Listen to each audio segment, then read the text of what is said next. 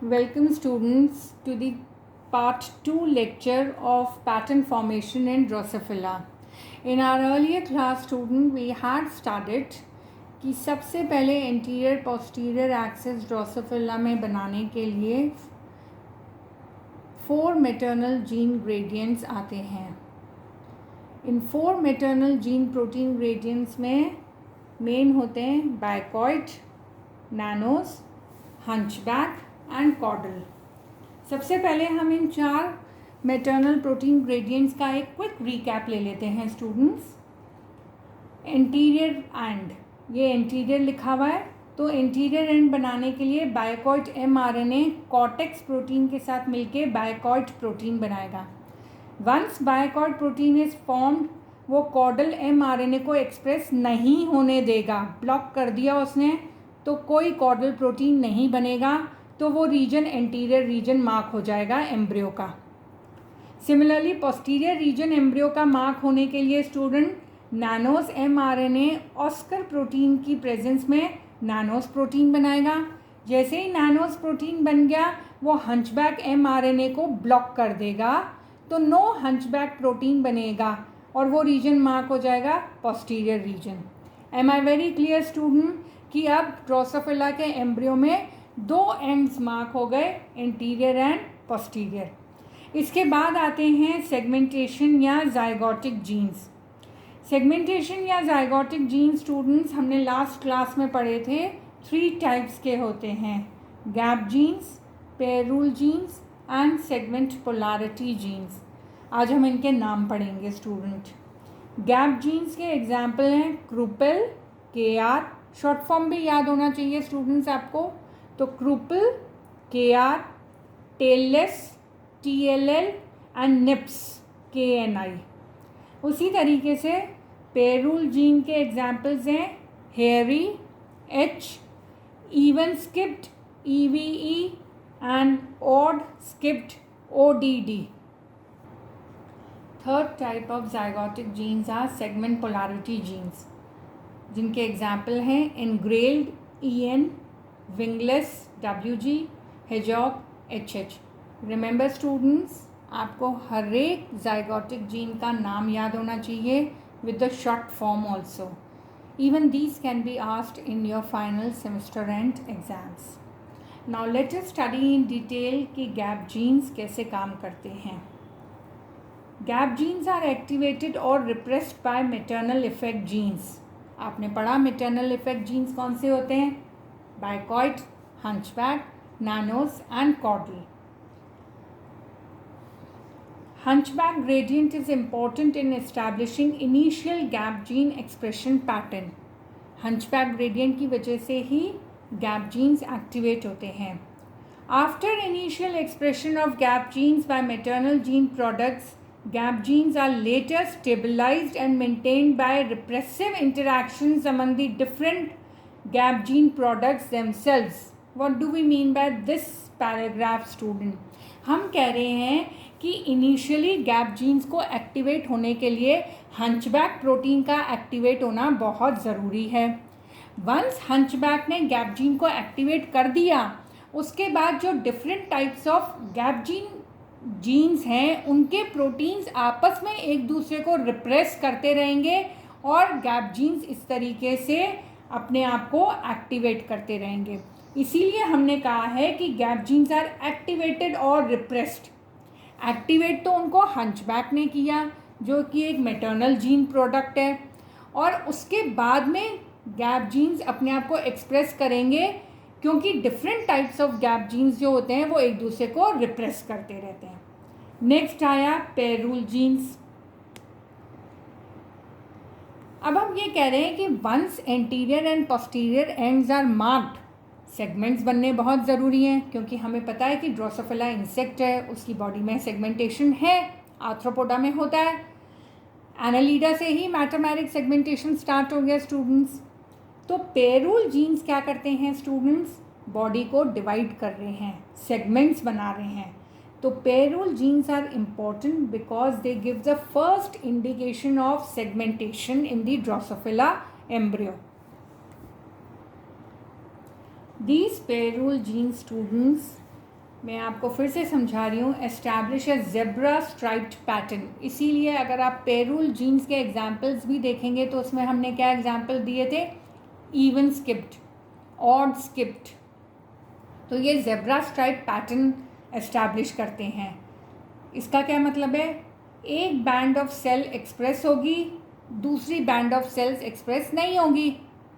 तो जो एक्सप्रेस नहीं हुई वहाँ पे खाली स्पेस रह जाएगी, और जो एक्सप्रेस हुई वहाँ पे डार्क कलर आ जाएगा। इस तरीके से ज़ेब्रा स्ट्राइप्ड पैटर्न बन जाता है। Now one thing you have to remember कि ये जो गैप जीन्स होते हैं और पेरूल जीन्स होते हैं, both these zygotic genes are operating in a syncytial blastoderm। syncytial का मतलब क्या होता है स्टूडेंट्स, अभी तक मल्टी सेल्यूलरिटी तो आ गई है पर सेल की बाउंड्री नहीं बनी है, यानी फ्री न्यूक्लियस पड़े हुए हैं साइटोप्लाज्म में, सेल नहीं बना है। जो हमारा third group of zygotic genes है या सेगमेंटेशन जीन है, जिसको हम कहते हैं सेगमेंट पोलैरिटी जीन, ये सबसे इम्पॉर्टेंट है क्योंकि ये सेगमेंट पोलैरिटी जीन कहाँ पे इंटरैक्ट करता है, जब सेल्स की बाउंड्री बन गई है, सेल्स ने अपनी बाउंड्री बना दी है। तो जो सेल सेल इंटरैक्शन वर्ड हमने पढ़ा था, सेल सेल कम्युनिकेशन पढ़ा था, उसके लिए हमें सेगमेंट पोलैरिटी जीन्स चाहिए। सेगमेंट पोलैरिटी जीन्स के स्टूडेंट्स दो इम्पॉर्टेंट फंक्शंस होते हैं। पहला, ये सेगमेंटल बाउंड्रीज बनाते हैं। अब यहाँ पे मैं आपको क्लियर कट समझा दूँ स्टूडेंट्स, सेगमेंट्स अभी तक नहीं बने हैं, एक एक इंडिविजुअल सेगमेंट नहीं बना है, एक सेगमेंट दूसरे सेगमेंट के साथ ओवरलैप कर रहा है, इसको हम कहते हैं पैरा सेगमेंट्स। तो जो सेगमेंट पोलैरिटी जीन्स हैं स्टूडेंट्स, उन्होंने ड्रोसोफिला की बॉडी में पैरा सेगमेंट्स बनाए हैं। Am I very clear? Para segment का क्या मतलब होता है, दो सेगमेंट्स मिले हुए हैं, दो सेगमेंट्स मिले हुए हैं, क्लियर कट एक एक सेगमेंट नहीं बना है। सेकंड, पहले तो इन्होंने पैरा सेगमेंट्स बनाए, सेकंड फंक्शन इनका क्या होता है, fate of each segment is being established by cell cell interaction. तो आपको ये सेल सेल इंटरैक्शन वर्ड जो है वो सेगमेंट पोलैरिटी जीन्स में मेंशन करना है। और अब क्या कर रहे हैं ये स्टूडेंट, हर सेगमेंट को उसका फेट दे रहे हैं कि जैसे तुम्हें थोरासिक सेगमेंट बनना है, तुम्हें एब्डोमिनल सेगमेंट बनना है, तुम्हें सिफेलिक सेगमेंट बनना है, इस तरीके से उसको उसका फेट दे रहे हैं। आइडेंटिटी अभी तक नहीं आई है सेगमेंट के पास। तो स्टूडेंट, सेगमेंट पोलैरिटी जीन्स की वजह से पैरा सेगमेंट्स बने हैं। Clear cut segmentation is still not occurred, this will occur with the expression of next set of genes. और वो नेक्स्ट सेट ऑफ जीन्स कौन से हैं students, homeotic selector jeans.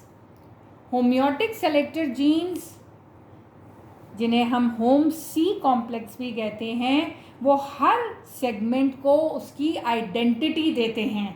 Segment polarity genes ने students क्या बनाया है, उन्होंने पैरा सेगमेंट्स बनाए हैं। और होमियोटिक सेलेक्टर जीन्स जो होंगे वो क्लियर कट सेगमेंट बनाएंगे, और जब क्लियर कट सेगमेंट बना रहा है तो उससे जो अपेंडेजेस निकलते हैं, जैसे अगर वो हेड का सेगमेंट बना रहा है सिफेलिक रीजन, तो उसमें एंटीना, एंटीन्यूल्स निकलेंगे। ये सब कौन करेगा, होमियोटिक सेलेक्टर जीन्स।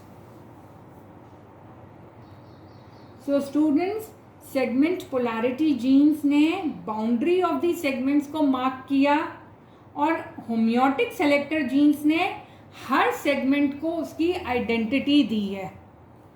तो होमियोटिक सेलेक्टर जीन्स क्यों इम्पॉर्टेंट हैं स्टूडेंट्स, क्योंकि वो हर सेगमेंट का स्ट्रक्चर एस्टैब्लिश करते हैं। And secondly, these homeotic selector genes give identity to each segment. Now the expression of homeotic selector genes is regulated by both gap and pair rule genes.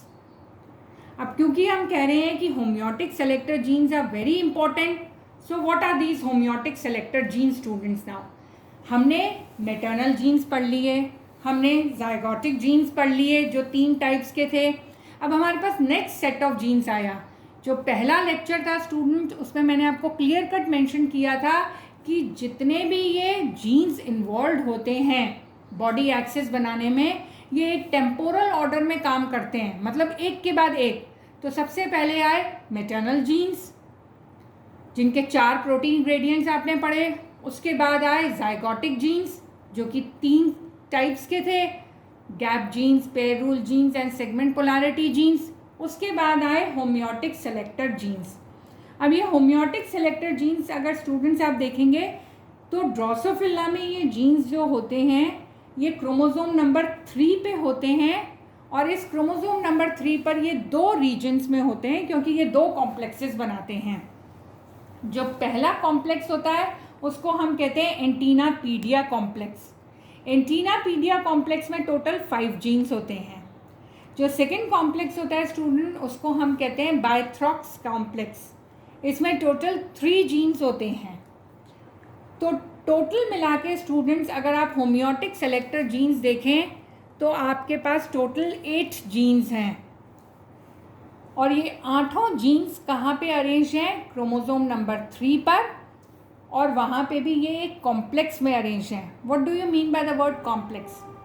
अगर students हम देखें तो एक chalk का डब्बा है जिसमें बहुत सारे चॉक्स हैं। सारे चॉक्स का एक ही फंक्शन है, टू राइट। आप उसको ब्लैक बोर्ड पे लिखने के लिए काम ला रहे हैं, मगर all the chalks are in a box. उसी तरीके से आप अगर होम्योटिक सेलेक्टर जीन्स की बात करेंगे तो there are 8 different genes. These 8 different genes work together and they have a common function, and that common function क्या है? हर सेगमेंट को उसकी आइडेंटिटी देना। So am I very clear students कि ये जो होम सी कॉम्प्लेक्स, क्योंकि ये सबसे इम्पॉर्टेंट एस्पेक्ट है, इसको हम नेक्स्ट क्लास में डिटेल में पढ़ेंगे। जो होम सी कॉम्प्लेक्स होता है जिसको हम ड्रोसोफिला में होम्योटिक कॉम्प्लेक्स कहते हैं, इसी कॉम्प्लेक्स को स्टूडेंट्स आप मैमल्स में कहेंगे हॉक्स जीन, HOX। अगर क्वेश्चन में हॉक्स जीन्स का डिस्क्रिप्शन पूछता है यानी आपको मैमल्स के बारे में बताना है, अगर होम सी लिखा हुआ है यानी ड्रोसोफिला के बारे में बताना है। तो इसी को ही होम्योटिक कॉम्प्लेक्स को हम होम सी भी कहते हैं या होम्योटिक सेलेक्टर जीन्स कहते हैं। टोटल ये 8 जीन्स होते हैं जो कि क्रोमोसोम नंबर 3 पे होते हैं, and they are arranged in 2 complexes. In the next class we are going to study the detail of these gene students. हम इनको और अच्छे से पढ़ेंगे कि हमने इनको होम्योटिक नाम क्यों दिया है, and why do we call them homeotic selector genes. So students, I think by now in the 2 lectures I am very clear कि body axis में भी सबसे पहले इंटीरियर पोस्टीरियर एक्सिस बनती है, और वो कैसे बन रही है ड्रोसोफिला में, क्योंकि इसको आप अच्छे से समझेंगे तभी आप मैमल्स में कैसे 3 बॉडी एक्सिस बनती हैं उनको हम समझेंगे। अभी तक स्टूडेंट्स हम सिर्फ इंटीरियर पोस्टीरियर एक्सिस की बात कर रहे हैं ड्रोसोफिला में। अभी हमने डॉर्सल वेंट्रल एक्सिस को नहीं डिस्कस किया है। We are going to discuss dorsal ventral axis formation also in Drosophila.